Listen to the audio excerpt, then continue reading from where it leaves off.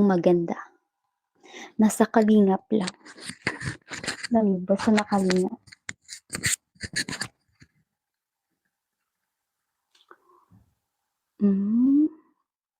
Okay na, may sound na ba? May sound na po? Press 1 nga. May sound na po?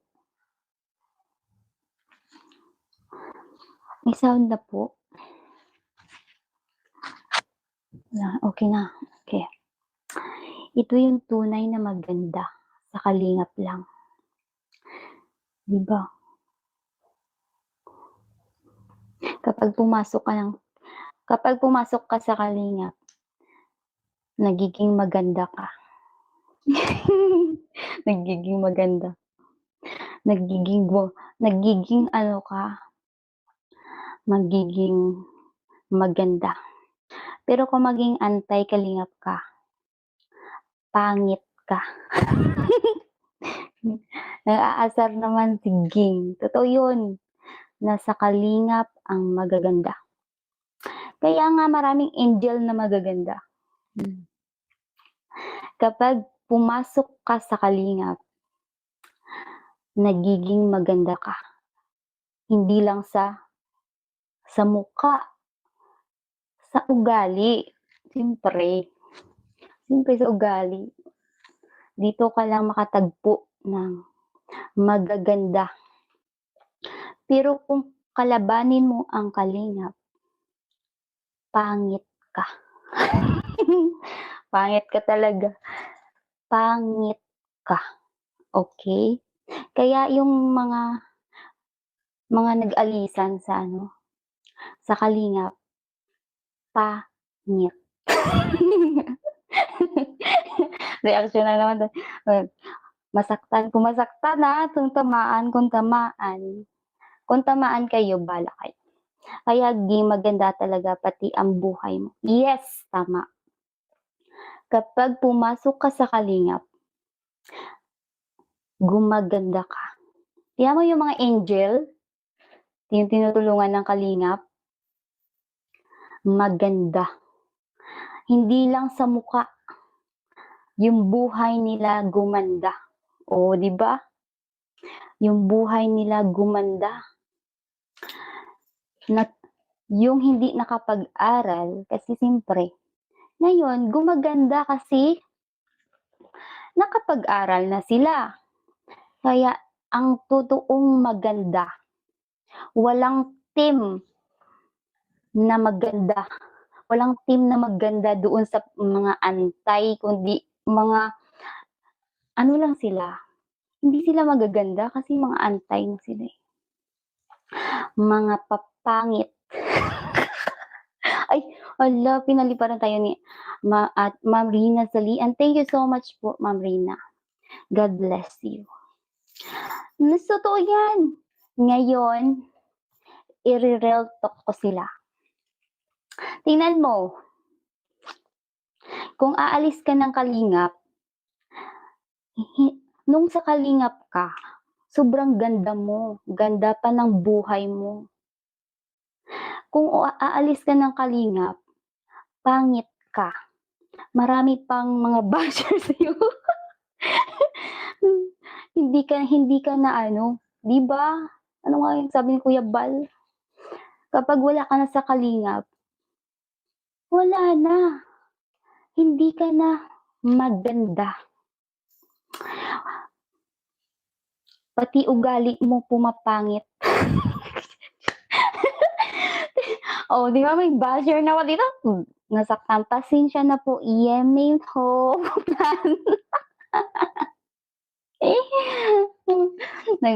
Uy, huwag niyo i-delete. Ay, dinelete niyo na. Masaya sana asarin sila eh. Asarin sila ba? Mercy. Tignan mo, basta yung magaganda, lumalakas yung yung power. Dito pa lang, sa ilong ko pa lang wala. Nasaktan na agad. Marami naman sasaktan na agad. Mamaya-maya may topic tayo. About dun sa ini-issue nila na pera. About dun sa sinasabi ni Red Bull. Si Red Bull, yung Red Bull na yun ang totoong scammer. Hello everyone, welcome back to my channel at nababalik tayo sa pagbigay ng reaction opinion. That's it po sa ating napapanood dito sa social media. Siyempre bago po ang lahat, shoutout sa Team of Foreigners Community, Anti-K, and pakisuportahan po rin namin may official po guys. Maraming salamat in advance. At ito nga po, bigyan po natin ng reaction si yung pabidang-bidang patahatangang Dingging Vlog. Ayan, Dingging Vlog, yung ang pagkakalam ko sa kanya, siya po yung ex-juwa ni Berador. Hindi ko alam kung juwa pa ni Berador o ex yun Yun. At yun siya ay sa Singapore na tatrabaho, nag-alaga ng aso. Yes. Kasi itong si Dingging Vlog, nag-as if na, parang maging defender ni Papa Bal ng Kalingap. Girl, ito masasabi ko sa iyo, dapat pag-defender ka, dapat nasa issue ka. Doon ka mag-focus sa issue, no? Doon ka focus, dapat may arguments ka. Kasi intro pa lang do, napanood ko kagabi, hindi ko pa natapos yung live mo. Sabi mo doon ay pangit yung mga anti-Kalingap pag umalis daw. Sa Kalingap is pangit na, yung Kalingap lang po, magaganda. Saan yung argumento mo dyan? No, saan yung issue mo dyan? Pang personal attack? Masasabi ko ng pangit yung ibang tao kung talagang ikaw, walang may ipipinta sa pagmumukha mo. Sa tingin ko naman hindi ka naman kagandahan para magsalita na hindi bagay sa iyo. Mahiya pa naman po sa mga big sponsor dito na kung itabi sa iyo is mukhang ka lang yaya. No, ito masasabi ko. At sinasabi mo dito lahat ng pagbubali sa Kalingap is mga pangit na ibig sabihin si Erika is pangit? Pangit si Reyna? Pangit si Medit? Pangit si Rachel? Ha? Kasi sabing pag umalis sa Kalingap, pangit na. Oh, sino ka compare sa kanila? O ngayon si Beyonce umalis sa Kalingap, ibig sabihin pangit din siya pag umalis sa Kalingap? How dare you? Gingging Vlog. Stupida mo naman girl, sorry for my words pero ikaw kasi, intro kasi ng live mo ay kastupidahan. No, wag ka may personal attack. Doon ka sa issue. At dapat sa arguments ka lang. For the sake of arguments, doon ka. Dapat may reference ka. I-play mo yung video at sasagutin mo punto po punto mo for the sake of arguments. Tapos gusto mo pa maging defender. Paano ka maging defender kung intro pa lang na live mo is napaka narrow-minded mo. Walang kwenta.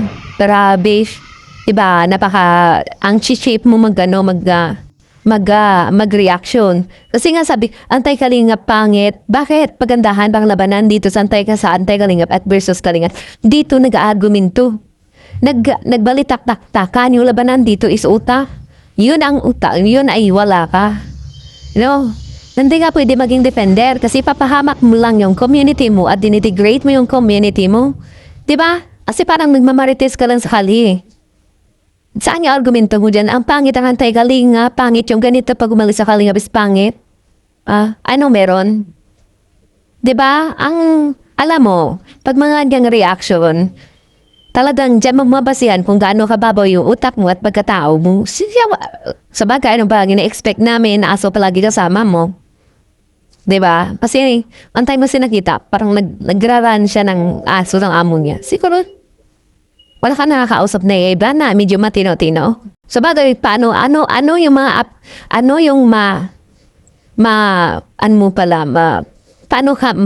ma-enhance yung, or ma-upgrade yung utak mo. Naging juwa mo si Berador. Ano bang may bigay na tips sa'yo ni Berador? Si Berador nga minsan, hindi ma-upgrade yung sarili niya, hindi niya ma-enhance sarili niya.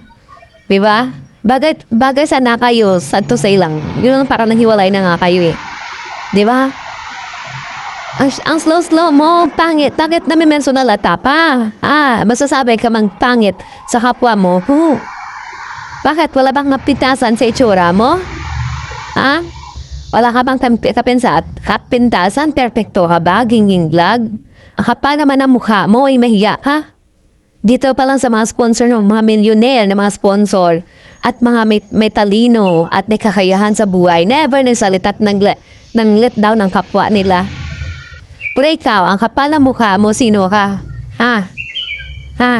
Ang kapal naman ng mukha mo na manlait sa mga anti-kalingap, hindi mo ba yung mga hindi mo ba alam yung mga anti-kalingap is mga dating mga sponsor yan?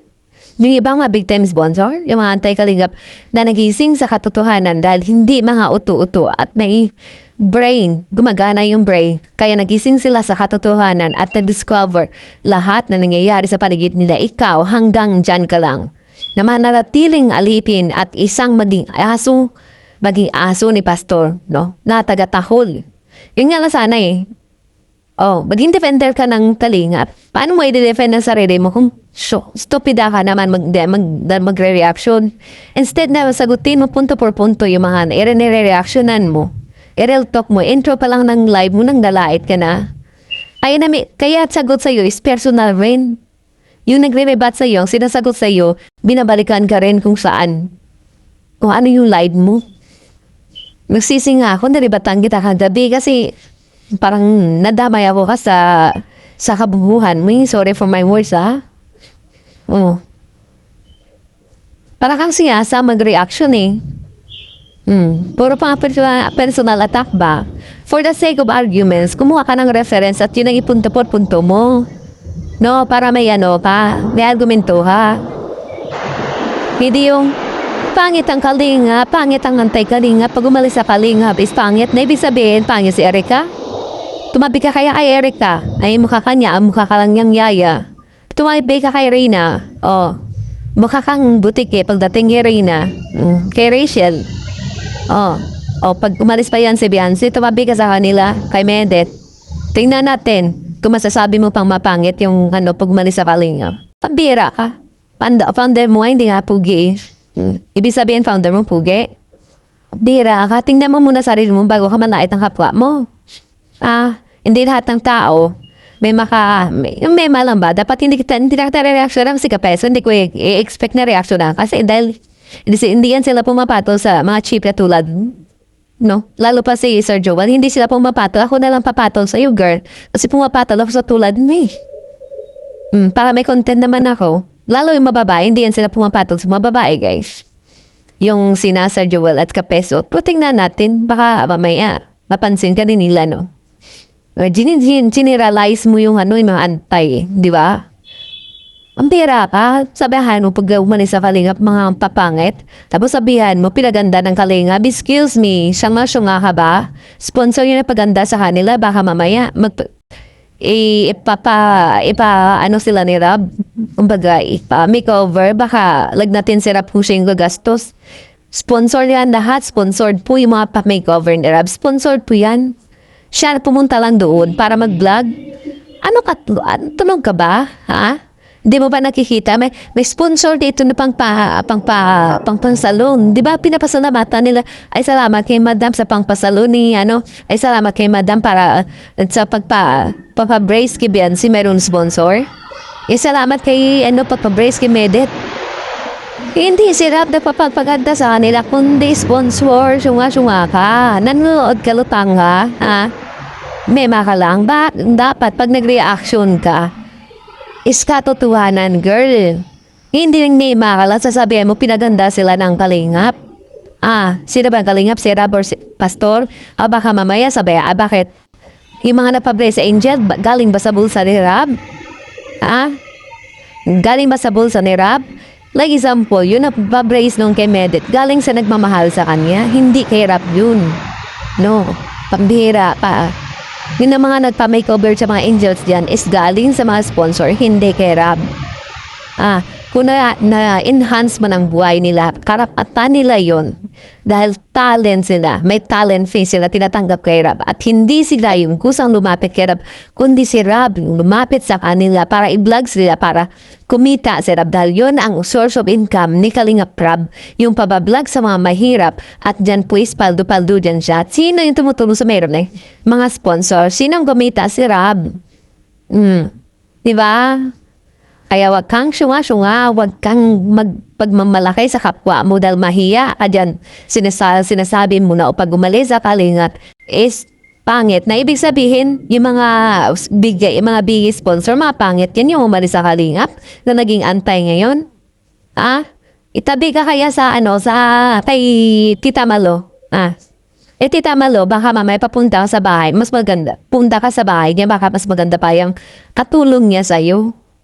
No, lalo sa mga sponsors yan, sa mga dating umaalis na mga sponsors, naging antay na mga yan.